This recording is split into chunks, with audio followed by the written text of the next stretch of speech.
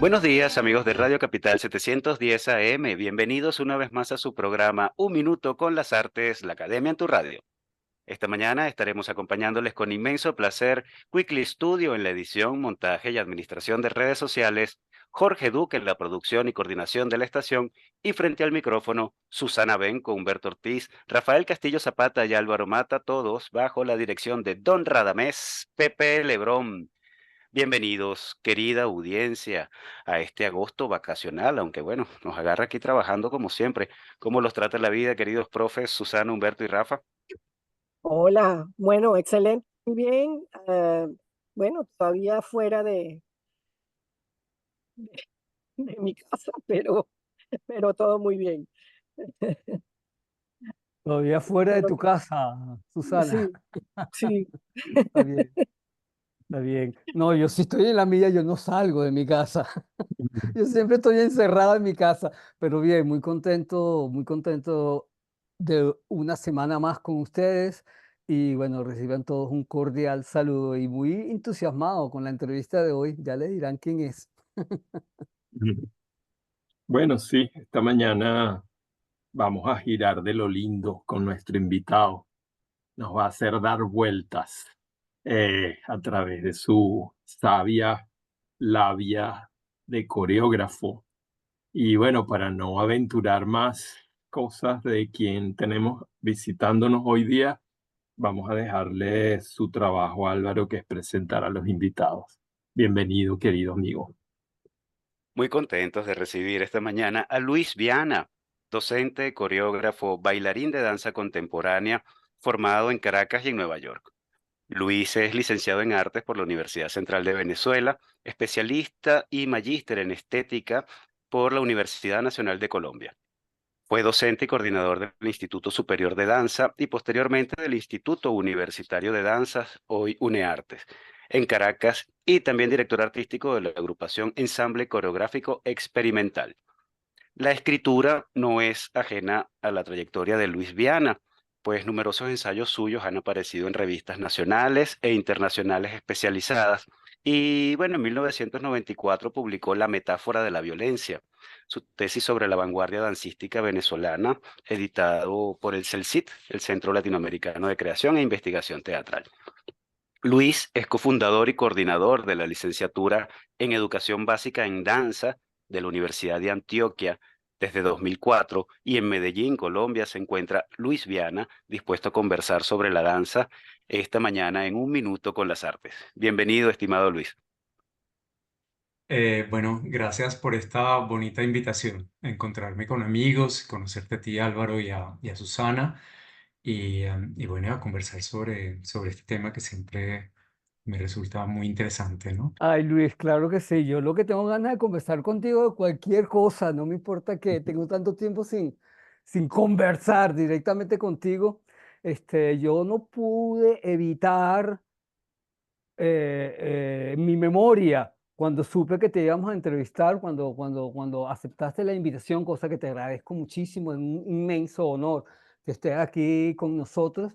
Y me fui para atrás y empecé a recordar tus, tus coreografías a finales de los 80, principios de los 90, y estuve como revisando mi memoria. Y yo recuerdo, bueno, éramos compañeros en la Universidad Central de Venezuela como estudiantes. Yo recuerdo que había como dos tendencias en aquel momento en la danza venezolana, muy marcadas y que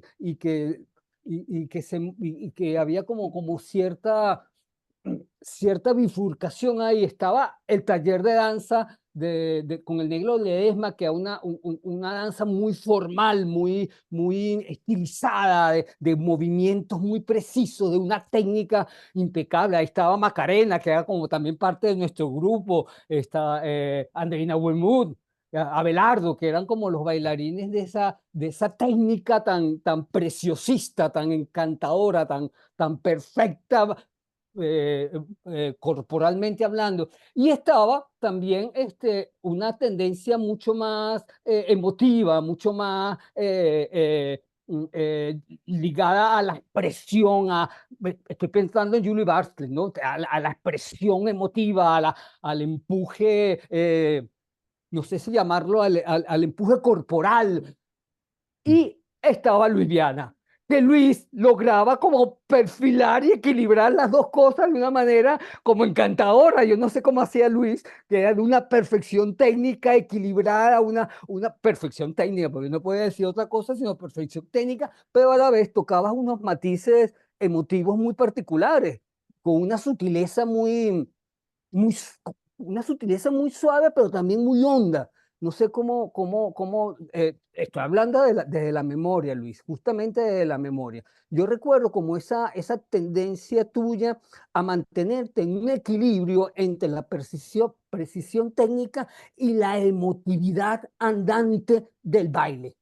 O sea, el baile, la danza, como un espacio donde las emociones van desarrollándose, van creciendo, van haciéndose, Mm. sin perder la precisión técnica, porque es a veces exagerado con la precisión técnica. Dios mío, qué equilibrio, qué levantada de piernas, que uno se queda como pasmado. Yo no sé cómo siguió esa lucha o esa dialéctica en tus coreografías posteriores después que te fuiste en el año 2000 ya a Medellín. Yo perdí más o menos el contacto contigo. Yo también me fui de viaje y volví. Y no sé si ese es un tema que todavía, esos son temas que todavía te tocan o te has movido hacia otras partes. Yo sé que te has dedicado muchísimo a la precisión teórica, digamos, o a la explicación de las clases y que tienes toda una reflexión importante con respecto al trabajo de la danza. Em, Sé también, y mi pregunta creo que va por aquí exactamente, ¿cómo te ves ahora como bailarín, como coreógrafo? ¿Qué te interesa indagar como bailarín, como coreógrafo ahora? ¿Cuál es tu preocupación ahora? No sé, esa es la pregunta que se me Claro. viene.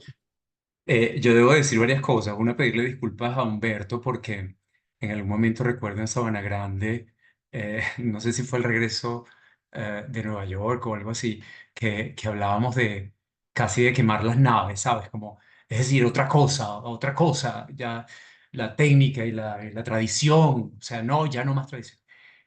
Y curiosamente debo pedir disculpas porque mi trabajo, además como docente, es justamente recoger aquel repertorio técnico y creativo en forma pues de reflexión teórica, a veces, por supuesto, siempre muy gestual y muy práctico, ¿no? Pero, pero recuerdo aquellos momentos de la escuela de arte que siempre son fascinantes de recordar. Yo creo que mencionabas ahorita a varios personajes del taller de danza que fueron mis maestros también, pero muchos de ellos eran nuestros compañeros de estudio. O sea, ver a Andreina Bomut, que sobre el escenario era literalmente un monstruo inalcanzable, o la misma Macarena muy expresiva, pero verlos en clase era como nuestros compañeros, ¿no? Y, y muy cercanos también a nuestros maestros. Yo creo que lo que ocurría era esa necesidad que teníamos de ese momento de involucrarnos en distintos procesos. Es la misma inquietud que siempre ha existido pues, en los artistas, de involucrarnos en procesos también experimentales, sin perder de vista lo que le daba soporte técnico y creativo pues, a lo que hacíamos. Si bien es cierto, pues en esos momentos pasaban cosas tan absurdas como que, por ejemplo, yo tuve que dejar el taller de danza porque tomaba clases en las noches con danza y era imposible, eso no podía ser y no me lo permitían. Y entonces, claro, después me fui a dar clase y le di clases a gente, a Leison, a Miguel Isa, eh, en los salones, en los pasillos de la universidad. Es decir, pasaban muchas cosas, ¿no? Y luego, al regreso de Nueva York, cuando me conseguí con Julie y con Carlos Sotas allá en Nueva York, ellos me hablaron de acción colectiva, sin las K, que ahora tiene el nombre, en aquel momento era acción colectiva. Y Julie me invitó también a codirigir un poco la producción artística de la compañía. Yo creo que en ese momento entendí que ese trabajo mío que iba por lo gestual y que iba por la acción y no necesariamente por el paso de danza, que ya sabíamos que sí, que te sale muy bien, es muy chévere, pero que poco decía ya en ese momento, ¿no? Y tampoco era la experimentación Cunningham, que era la danza por la danza y la formalización y todo aquello. Pero, pero fíjate que incluso yéndote, que me parece fascinante siempre eso, pasa lo mismo con el arte cinético, ¿cierto? Cuando vas a ver una pieza de Soto o de Cruz Diez o cualquiera otro, el espectador se mueve. Y si vieron a Humberto ejecutaba cosas y decía un poquito, trataba de hacer lo que, pues lo que él veía y la percepción que él tenía de mí. Pero lo más bonito de todo esto es ver a la gente en los museos caminando de un lado al otro, deambulando para tratar de ver aquel efecto del movimiento. Eso, eso sigue pasando, ¿no?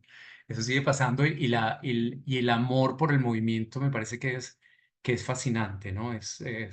Sigo allí. En este momento me veo un poco más en el proceso de transmisión de conocimientos. Esa también es una meta importantísima y que exista pues ese amor por el oficio, que en definitiva somos artesanos del arte y esa parte es la que más me interesa, ¿no? Ahí estoy. Mira, ok, justamente ese amor por el movimiento, Luis, Mm.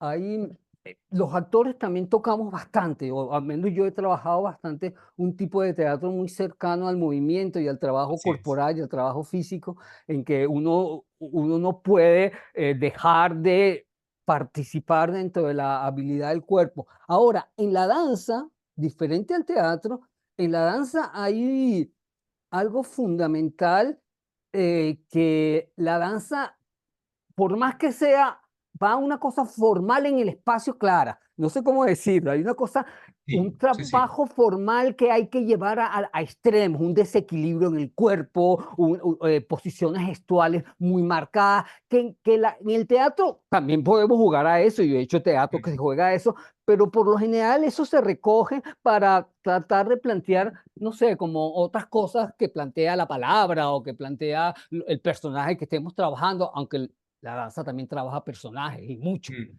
No sé, ahí voy a ir directo. Hay algo que ustedes los bailarines tienen mucho más presente que nosotros los que hacemos teatro, que es el verse ustedes mismos constantemente, estar como pendientes con el espejo. Estoy hablando del espejo. En el TED, por ejemplo, tenemos una sala con espejo, pero ensayábamos y cerrábamos el espejo. En Así cambio, cuando es. iban los bailarines a abrir, abrían ese espejo. No sé, había como una... ¿Qué hablar de eso, Luis? Sí, te quería contar que mi generación bebió muchísimo de eso. Acuérdate que tuvimos el Festival de las Naciones en Venezuela, que era la UNESCO, ¿cierto? Y después tuvimos los festivales internacionales, quienes tuvimos la oportunidad de colarnos a esos espectáculos y ver por primera vez los polacos, y ver por primera vez los rusos, y ver por primera vez a todo aquel movimiento de calle. Es decir, cuando vimos a Peter Stein con la Orestía en la concha acústica de Bellamonte, es decir, vimos cosas maravillosas. Y el teatro desde antes, un poco de la experiencia, por ejemplo, te nombra Nora Parisi o te nombro a Ercilia López, que entendí que también la han entrevistado. Ella, de hecho, su compañía se llamaba Contradanza. Es decir, íbamos un poquito a contracorriente, a contrapelo de muchas de las corrientes que veíamos, muy formalistas en el caso de la danza y que ese formalismo ya era definitivamente lo que queríamos hacer y lo que queríamos expresar, pero sin embargo había una pregunta por el gesto, por lo que es gestual, por aquello que no estaba codificado y catalogado y nombrado de una manera específica en francés como lo hacía el ballet, o como lo hace también la danza moderna norteamericana o la nueva expresionista alemana.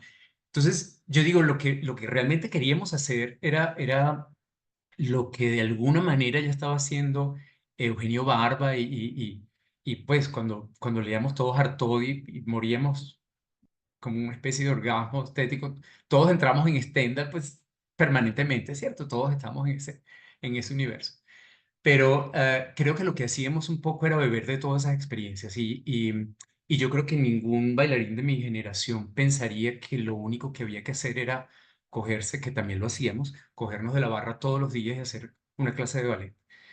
Pero aparte de eso, de ese entrenamiento biológico del cuerpo, de tendones y cuerpo, y mirada y posiciones, que incluso un médico en el Teresa Carreño, en algún momento, Palazzi, escribió un libro para lesiones de bailarines y decía que aquellas poses de bailarines podían sumar hasta 14.000 o 13.000, no sé cuántas, combinaciones, dentro de las cuales, por supuesto, el ballet no podía moverse, sí, estaba ahí atrapado en 14.000 opciones de movimiento. Y en el caso del contemporáneo ni siquiera le damos algunos nombres a las acciones que hacíamos. En ese sentido tenía la misma pulsión del teatro, es decir, esta vaina sirve para qué, ¿qué estoy diciendo con esto? Y una cosa muy bonita también es que pensábamos en el espectador, también cerrábamos el espejo. Hay una cosa maravillosa que hacía Martha Graham. Ella tiene un video, o se hizo un video con su trabajo, que hablaba justamente del trabajo del espejo, pero fíjate que desde ese momento danza moderna, no danza contemporánea, un poco anterior, ella decía una cosa, lo voy a citar, puedo citar, ¿cierto? Dice, llega un momento cuando la imagen te mira desde el espejo y te das cuenta de que te está mirando y reconociéndote como a sí misma. Es a través de ti que su amor, su miedo, su terror será expresado. Eso es maravilloso, ¿sí? Y te estoy hablando de que ella se está montando encima un tocado de Isamu Noguchi, encima, en la cabeza, y va a salir a bailar, no sé, cualquier personaje griego, ¿no? Creo que era Yocasta, de hecho. Lo que te digo, ya desde ese momento hay esa fijación por el significado de lo que estamos haciendo. Sí, Sí, entonces aquí vamos a otros puntos. Disculpe que me estoy agarrando esto, pero es que quiero como precisar una cosita. El significado también es otro asunto importantísimo, porque yo te voy a comparar al teatro, que es lo que yo conozco, ¿no? Entonces yo voy sí. a seguir comparando con el teatro. En el teatro hay un sentido siempre de hablar de la existencia de un personaje, de un drama, de una situación política, social, emotiva, lo que sea. Hay como, creo que eso también está en la danza, pero la danza también tiene la particularidad de regodearse sobre sí misma en tanto danza. Y estoy pensando en la música tradicional, estoy pensando en el flamenco, por ejemplo, que solamente el zapateo en sí mismo es algo que encanta solamente por el hecho de ser fuego en en ella misma. La danza es fuego en sí misma. Tiene una cosa Se particular. autorreferencia permanentemente y pasa lo mismo Absolutamente. que con la música, pasa lo mismo que con la música, se autorreferencia permanentemente. Y hay una vaina muy chévere que ocurrió también con esas lecturas pues, que uno hacía en ese momento tratando de buscar algún tipo de soporte teórico en lo que uno hacía, porque pues, todo era absolutamente práctico, que era Paul Valéry, ¿te acuerdas de aquella cosa de la filosofía de la danza? Ahí él trata de definir qué es la danza, Sí. ¿cierto? Entonces, Hablando del claro, flamenco, justamente, la gente. entonces él dice, bueno, dice como que, bueno, vamos a ver, lo voy a decir como una especie de diálogo griego, y está Eric Símaco, y está no sé qué, y está Fedro, entonces Fedro en un momento, por supuesto, es Sócrates, ¿cierto? Y Sócrates, preguntón, dice, pero ¿qué es lo que es la danza? ¿Qué es lo que quiere decir esos movimientos? ¿Y ¿qué es el baile? Y el otro dice, bueno, no, pues no es suficiente que lo que estás viendo. Están viendo a una mujer bailando, y una mujer entregada en trance, ¿cierto? Al baile. Entonces, dice Pedro, dice, gocemos un poco más ingenuamente de estas hermosas acciones, ¿cierto? Derecha, izquierda, adelante, atrás, arriba, abajo. Eso es, no es otra cosa, ¿cierto? Y lo que se dejan encantar es porque parece que está ofreciendo, dice, presentes, perfumes, incienso, besos y su vida misma, ¿no? No es otra cosa. Y ahí se agota realmente el tema de la expresión de la danza, igual que la música. No podíamos decir, bueno, un si bemol, ¿qué significa un si bemol? ¿Qué significa? No significa lo que se tenga que significar. En el teatro hay una relación también muy cercana a la palabra, y la palabra es inequívoca. O sea, cuando tú dices una cosa, estás diciendo exactamente eso. Pero si haces un gesto, por ejemplo, tú ves o sea, una coreografía de Pina Bausch y ves a los personajes solamente corriéndose uno detrás de otro o haciendo cualquier cosa, dices, pero ¿qué realmente están haciendo? Y hay un componente del espectador que es maravilloso, que es mirar aquello y atreverse a comprometerse con ese significado. Decir, bueno, yo le apuesto a esto. como espectador. Y creo que va de aquí, porque eso es lo que estoy sintiendo. Entonces la relación pareciera ser un poco más también emocional en el caso de la danza. O sea, a través de sentimientos, como expreso, por ejemplo, un sentimiento de una cosa, sí la puedo hacer en teatro a través de la metáfora de un personaje que le pasa algo similar. Pero en el caso de la danza es tan simple como pensar, bueno, estoy representando una hoja cayéndose en otoño. Así de abstracto, o sea, como el si bemol del que te hablo antes, ¿no? Eso es, así justo es. Vamos a hacer nuestra pausa, vamos a escuchar nuestro si bemol de la mañana de hoy, música. Antes de continuar con esta mesa bien servida que nos trajo Luis Viana esta mañana, escuchemos de la ópera Rinaldo de Händel, el aria Lascia Chiopianga, con Philippe Jaruski, compromisos comerciales de la emisora, y continuamos nuestra conversación con Luis Viana. Ya regresamos.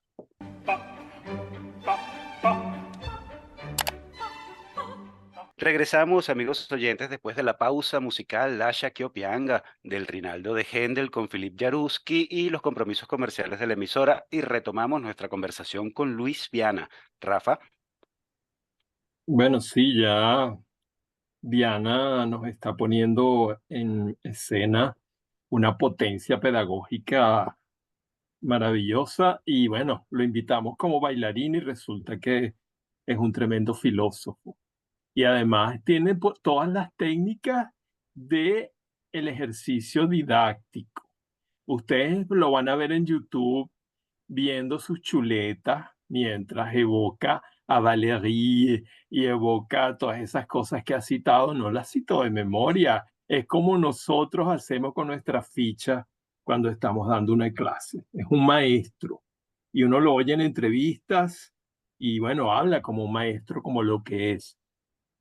Para un bailarín, sobre todo, la edad empieza a cobrarse cosas. Ya no hay la misma elasticidad del cuerpo, etcétera, etcétera. Y parece que un camino ideal para el, eh, el bailarín senior, vamos a llamarlo así, con maduro, el bailarín maduro es la docencia y es una parte importantísima del trabajo de Luis como maestro, como alguien que, como él dijo hace un ratico, comparte conocimientos, que parte de la fiesta de la danza también. Pero yo no quería referirme exclusivamente a ese aspecto, aunque si quieres hablar de tu relación docente me parece interesante, pero sí estaban ustedes discutiendo con nuestro filósofo de la casa, Humberto Ortiz, sobre problemas abstractos de la danza. Tú hablaste de autorreferencia y yo pensaba, acabamos de escuchar una ópera, un fragmento de ópera, y la ópera, por ejemplo, es música, pero no es autorreferencial, precisamente porque hay un libreto.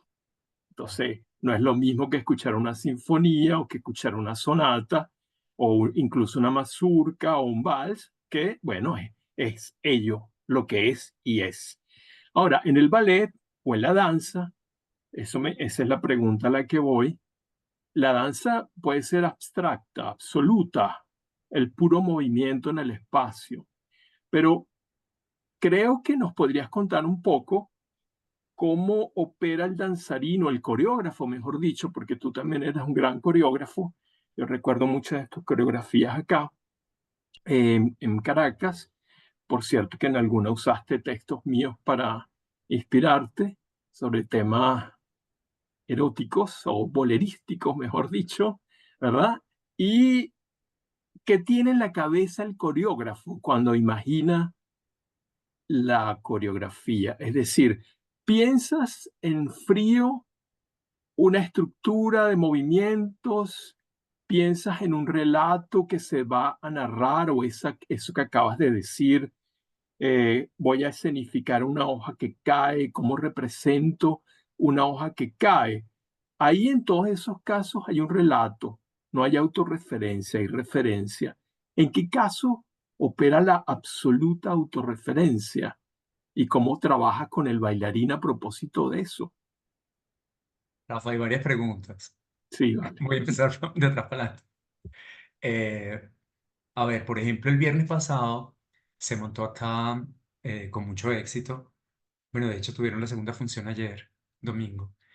Se montó Tosca con la interpretación de un bajo, hubo una participación de un bajo venezolano, Ernesto, en ese momento no recuerdo el nombre, Morillo, Ernesto Morillo.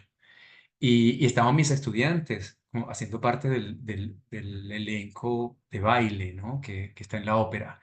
Yo pensaba en la autorreferencia en el momento en el que ellos, yo no coreografié eso, pero en el momento que ellos se les dieron pautas de creación o ellos recrearon alguna idea del coreógrafo, se les dio directamente los pasos que tenían que hacer. En el momento en que hay la interpretación, ese acto de traducir una cosa en otra, y que hay un aporte inevitable de quien lo está ejecutando, en ese momento la autorreferencia tiene que ver también con mm, digamos, con tu presupuesto técnico, digamos, ¿no? Es decir, tengo esto, sí, tengo extremidades, tengo torso, tengo cabeza, pero tengo también este manejo de todo eso, ¿no? Y esta manera de aproximarme a todo eso. Todos esos presupuestos están invertidos allí. Entonces, de alguna manera, lo que vimos en la escena, por ejemplo, esta experiencia de Tosca que te comento, lo que vimos en la escena es esa reelaboración que hace el intérprete. El coreógrafo no difiere mucho de esto. El coreógrafo, cuando monta, bebe también de muchas circunstancias, bebe también de la experiencia del intérprete. Antiguamente se te pasaban, por supuesto, toda la partitura motriz, el brazo para acá, la cosa va para allá y tal. Pero lo que es importante cuando vemos una pieza grupal es que te puedes quedar encantado con una chica que baila maravillosamente bien y la otra de al lado hace exactamente lo mismo. Le dijeron que hicieran un unísono, hacen lo mismo, pero te quedas fascinado con la de la izquierda, porque hay un aporte de esa intérprete que va más allá posiblemente de lo que se le exigió físicamente, formalmente. Y esa formalización siempre permea pues que la gente haga su aporte. Ahora, yo que en el coreógrafo, yo últimamente he estado como trabajando sobre esa estructura más formalista y que contiene unas relaciones un poco más emocionales posiblemente que el intérprete descubre. Por ejemplo, incluso suelo dar indicaciones de la respiración. Si yo tengo una respiración y empiezo a respirar solamente en el pecho, creo una angustia tal que es fantástica a nivel técnico, como soporte técnico, para aquel intérprete que tiene que hacer específicamente eso, sentirse angustiado. Y poner la respiración allí es que el intérprete tenga que buscar en esa respiración posiblemente su espacio y su conformación, digamos, configuración, ¿cierto? Entonces, el coreógrafo maneja varias variables. Una cosa es ese presupuesto que ya tiene, pues el conocimiento de la composición, por ejemplo, la coreografía, que no es solamente juntar movimientos, sino básicamente mercar los insumos que realmente necesitamos, ¿sí o no?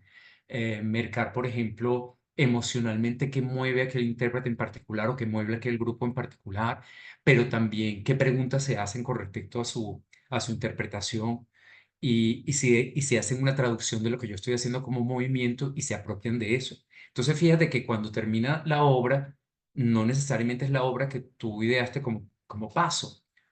Solía pasar así, pero ahora hay otras maneras, hay otras formas que dejan una libertad y una riqueza maravillosa para ver las coreografías, ¿no?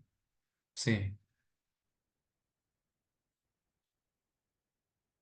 Mira, hay más espacio para la improvisación, Luis. Y Pregunto, no sé. yo quería que él comentara, perdona Humberto, que no pude hablar porque tenía el micrófono cerrado, pero esta parte es mía.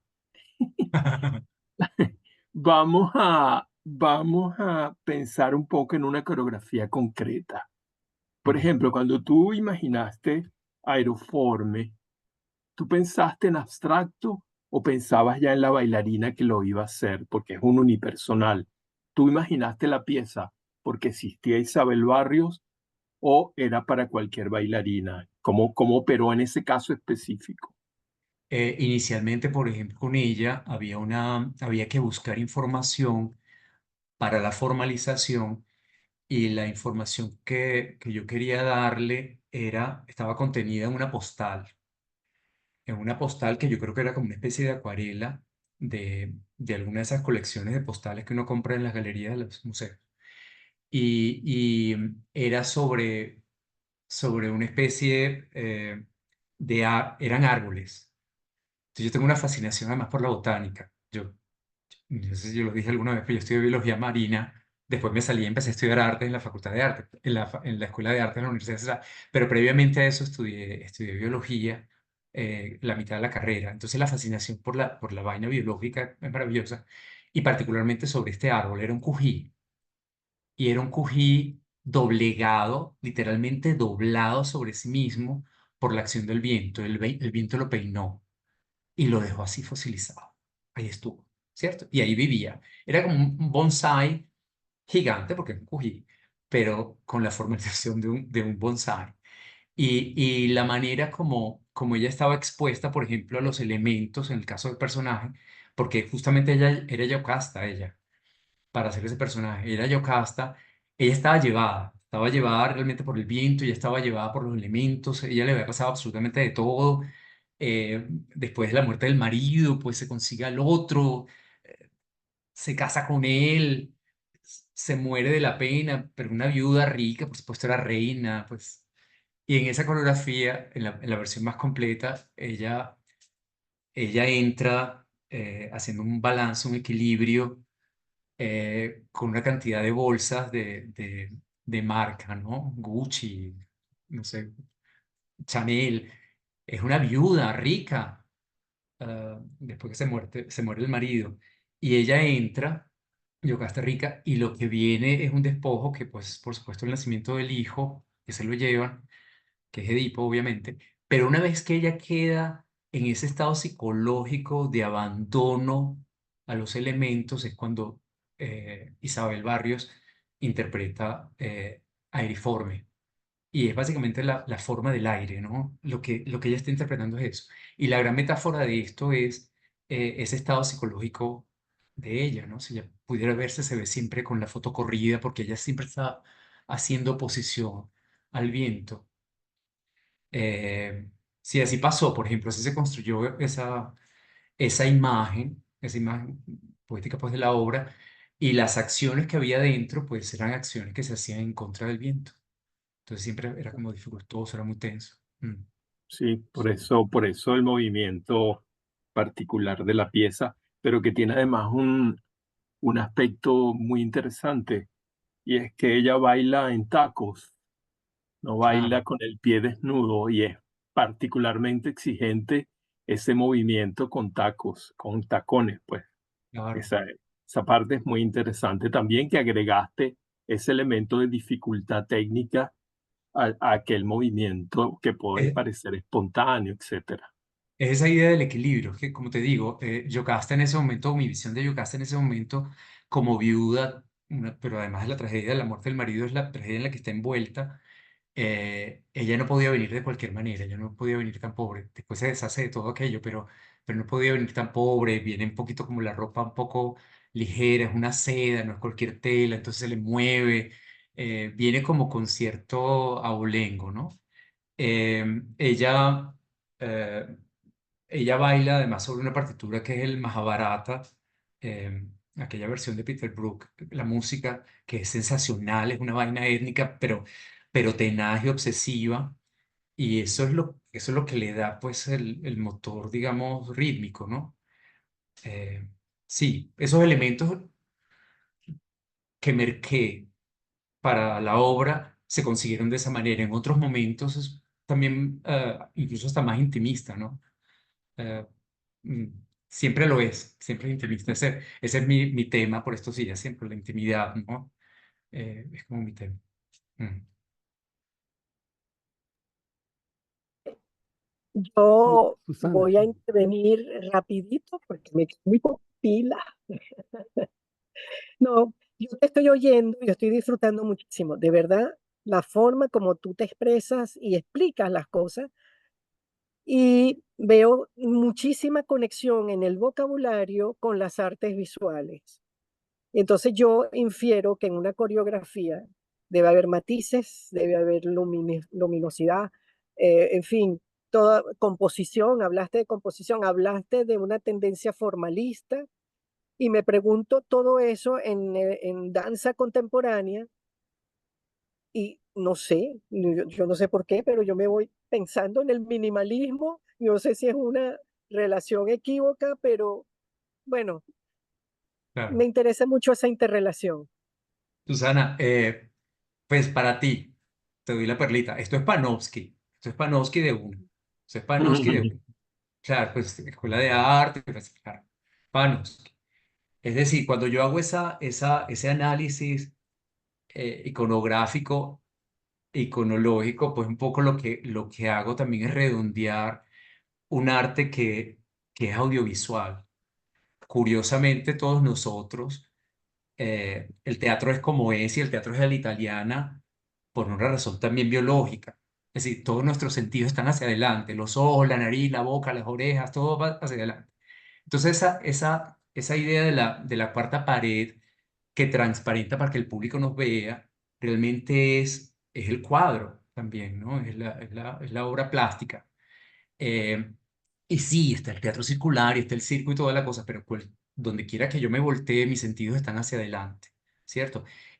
Eh, aquella idea del apron, ¿cómo se diría eso? El apron stage, que es aquella cosa de la vaina isabelina, que es como pues apron es el delantal, pero esa idea de isabelina del patio, donde el actor entraba un poquito y estaba rodeado media luna, todos los sentidos están allí hacia el público. Entonces, cuando yo hago este trabajo, en realidad estoy considerando que el público, hay un trabajo de seducción que yo quiero que el público vea lo que yo quiera que vea. Y lo quiero ver, y lo quiero que lo vea de esta manera. Entonces, la disposición y la composición en el espacio también tiene cierta intencionalidad, no cierta, tiene mucha intencionalidad y a veces el intérprete no viene de perfil entrando a la escena porque es como la visión de pescadito, si viene de frente es chiquito, pero si viene de lado es un tiburón gigante, ¿no? Entonces, esa misma idea de cómo, de cómo trabaja el coreógrafo trabaja con el ojo del espectador. Es que yo quiero que tú veas esto, exactamente esto. Y no trabajo si está el intérprete ahí y el intérprete de pronto no se entera de que yo quiero que entre de manera diagonal, haciendo exactamente lo mismo que hace, pero diagonal. Porque el espectador vería la fuerza que ese gesto tendría en el espacio, por ejemplo, ¿no? Entonces yo trabajo mucho con el ojo del espectador y cuando dirijo, pues estoy muy atento a qué es lo que está viendo el espectador, por un lado, ¿no? Entonces, pero fíjate que esa relación que existe entre las artes visuales y la danza, mi regreso de Nueva York, yo, por ejemplo, con Acción Colectiva, lo primero que hice fue embutirme una licra diseñada por Alirio Palacio, por ejemplo, ¿no? O sea, era Lirio Palacio, no era cualquier cosa, ¿no? Y pues teníamos acceso pues a gente muy privilegiada en las artes visuales que nos prestaban, pero eso no es de mi generación. O sea, pensemos en Sonia Sanoja, por ejemplo, que bailaba en las reticulares, de Gego, la Richter, o no sé. Es decir, que había mucha gente que trabajó literalmente con eso. El Negro Ledesma, su compañero, era diseñador gráfico. Y si tú ves los programas del taller de danza eran realmente impecables. Impecables porque había un diseñador de la Neumann allí, ¿no? Entonces, siempre esa vinculación visual e incluso espacial. Les leo un pedacito de esta referencia que hago a Sonia Sanoja con respecto a la danza y cómo lo define. Mira qué vaina tan loca, ¿no? Dice, mi cuerpo hace un hueco en el aire. Si me muevo, se crea un espacio de huecos. Hay un bloque denso de huecos. La danza es una definición totalmente espacial. Ahí no, sí, está el cuerpo, sí, sí, pero no, está el tiempo, no, está la música, está el espacio. Y eso es fundamental, eso es fundamental. Cuando el espectador hace la lectura de un cuadro, posa su mirada en algún lugar, posiblemente en el lugar más importante, no lo sabemos, pero donde se pase esa mirada, está armando toda su narrativa, ¿no? Como espectador también. En ese sentido, es artes visuales, sí, totalmente. Es audiovisual. Mm. Ahora, Luis, Ahí yo yo, quiero referirme, disculpa Susana, a un texto que publicaste este año en el Universal, en febrero de 2024, El gesto danzado, una expresión de intimidad que significa hilar la vida en clave coreográfica. Bueno, es un texto estupendo, está muy bien escrito en el que Luis deshoja la margarita de su trayectoria, de sus referentes artísticos, por decirlo de alguna manera, y por un lado menciona la influencia temprana de Merce Cunningham y también la huella de Martha Graham. Pero más adelante, avanzando en este texto, Luis confiesa, y lo cito, que ni la posmodernidad ni los planteamientos formalistas de las técnicas norteamericanas dejaron una huella tan profunda en mi formación creativa como el encuentro con el trabajo coreográfico de Pina Bausch en los años 80. La mencionaste en la primera parte del programa, bueno, hablemos in extenso de la gran Pina Bausch y de aquel Claro. encuentro revelador, iniciático casi. Pero una de las cosas que pasó es que, sabiendo yo que pasó Pina Bausch por Venezuela en los años 80, yo no tuve la oportunidad de verla, pero sabía que estaba, pues, que había pasado y el programa, y desde siempre tuve como acceso a esa información. Con Pina Bausch pasa una cosa maravillosa, o sea, maravillosa. Yo soy, sí, absolutamente entregado, no me importa. Es una de las cosas más importantes que pasó en el siglo XX, la verdad, en el área de las artes escénicas, no solamente de la danza. Y cuando estuve en Nueva York, tuve la oportunidad de ver esos programas que no vi en Venezuela. Y los seguí viendo en otros lugares, lo vi en Europa, lo vi en Alemania, ¿cierto? Con Pina Bausch pasa que yo me expuse incluso con ese amor que le tenía. Mucha gente no la conocía en Estados Unidos cuando se presentó en los años 80. La conocía porque ella estudió en Estados Unidos, por supuesto, y tal, y tenía la referencia, por supuesto, de su trabajo, pero ella no había ido, sino que fue al BAM, al Brooklyn Academy of Music, que es un teatro que queda fuera de Manhattan, queda en Brooklyn, y había que ir allá.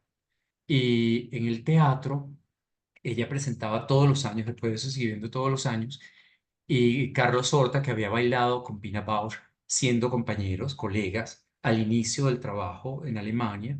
Ellos habían sido colaboradores muy cercanos. Él bailó en ese primer intento de laboratorio de Pina. Conocía, por supuesto, a toda la compañía y no sé si les daba clase de técnica limón allá en Alemania. Me llevó a verlos bueno, pudimos ver todos esos programas maravillosos y yo quedé absolutamente encantado con lo que vi y entendí que eso era lo que yo quería hacer, pero no quería hacer como en el futuro, sino que era lo que yo proyectaba como desde ese presente. Yo decía, pero eso es lo que yo siento, esas son las relaciones que yo estoy haciendo en mi mente y esa es la relación que yo hago en mi cuerpo. Entonces quedé fanático, ¿cierto? Súper fan. Luego de toda esa experiencia, uno de esos años antes de venirme de regreso a Caracas, tuve la oportunidad de hacer una audición con ella y quedé, o sea, fue una locura, o sea, yo dije, no, esto no puede ser. Y en una cosa así había cientos de personas y no sé qué, y quedamos algunos, yo era el único latino que estaba ahí en eso, y no me fui a Alemania porque en la danza existe también ese cuidado y ese culto a la tradición técnica, que no es solamente la cosa de la fisicalidad, sino también aquellos elementos que relacionan esa técnica. Por ejemplo, en el caso del neoexpresionismo alemán, había un cuidado también con el gesto que yo no tenía. Pues yo soy un tipo, sí tenía habilidades físicas y creativas, pero esto no lo tenía. Y entonces empezó a pasar que quedé en la audición y ella me invitaba a que formara parte de la escuela para formarme ahí y eventualmente si hubiese pues espacio en la compañía, pues entrar a la compañía. Yo no me fui, yo preferí regresar a Venezuela, tenía una beca Mariscal Ayacucho y regresé a Venezuela porque quería coreografiar, porque todo aquello que vi en la escena, los festivales, de aquel festival que mencioné de la UNESCO de las Naciones, todos los festivales internacionales de teatro, todo lo que vi de danza en el mundo, yo tenía que tomar la palabra de alguna manera, pues en este caso, pues la expresión, y quise empezar a probar. Y empecé con un laboratorio muy sencillo, muy sencillo. Mis intérpretes iniciales, por supuesto, eran Miguel Isa y Leison, que eran mis compañeritos y mis amiguitos, y Lidice Abrego, que terminó siendo videasta maravillosa, una tipa extraordinaria con el video. Trabajábamos juntos como en eso, hacíamos cosas, pues básicamente nos enseñábamos, nos decíamos vainas, nos entrenábamos. Y, Y yo siento que todo empezó justamente por esa relación con Pina. Posteriormente llega también al estudio, llega Fernando Suels, que es maravilloso, y estaba terminando periodismo en la UCAP y resultó que él estaba haciendo un trabajo de tesis, exégesis de la no sé qué cosa, muy retorcido todo. Y resultó que en ese trabajo de grado, él citaba por allí, o quería citar a Pina Bausch, yo le hablé de ella y le dije, tienes que irte, pues él era bailarín del Negro Ledesma, tienes que irte, y se fue. Y bailó con Pina Bausch por 25 años. Por ahí lo tuvimos en Medellín en alguna oportunidad dándonos clase al programa de licenciatura en danza de la Universidad de Antioquia. Eh, sí, es una cosa maravillosa. Y por ahí pasó otro segundo intérprete de Medellín, que también le dije que se fuera y estuvo ensayando Consagración y ya está de regreso. Siempre hubo esa fascinación, ¿sabes? Esa fascinación. Se regó la semilla de Pina Bausch entre nosotros gracias a ti, Luis. Y pudo haber sido más fuerte si en el momento en el que empezó la Segunda Guerra Mundial, aquella gente que estaba de gira, se hubiese quedado realmente en Venezuela y no se lo hubiesen llevado a los argentinos y los chilenos, por ejemplo. En el caso de la danza hubiese sido no esa danza de Cunningham, sino hubiese sido danza neoexpresionista. Kurt Jooss, ¿viste? Toda esta gente apareció en Latinoamérica y de los ballets de Kurt Jooss, curiosamente, quedó Madame Franklin dando clase de ballet en Venezuela. Pero, pero la historia hubiese sido otra, ¿no? Curioso, ¿no? Bueno, ¿quién escribirá la historia de lo que pudo haber sido y no fue? Eso no lo sabemos. Querido Luis, agradecidísimos por habernos acompañado esta mañana. Estamos llegando al final de nuestro programa. Muchísimas gracias, realmente delicioso. Creo que hablé mucho, me No, perdonan. chévere, estupendo. Estupendo. No, Encantado, necesitamos un segundo programa. De yo estoy verdad, encantado de oírte, te oiría de 2 horas verdad. más, mi querido Luis. Encantado de oír también los programas que ya han hecho. Estuve revisando por ahí el de Nela Ochoa, Ah, que el de Nelo también está chévere, sí. me presté a tantas cosas con Nela. Mm, Maravilloso. Ah, claro, imagínate, con Nela también. tienen- oh, Claro. Claro, ella también estuvo en eso. Claro, claro. ella hacía danza también. Ella hacía Sí, danza, sí, sí. sí, sí. Bueno, Bueno, muchísimas Bueno, mu- gracias.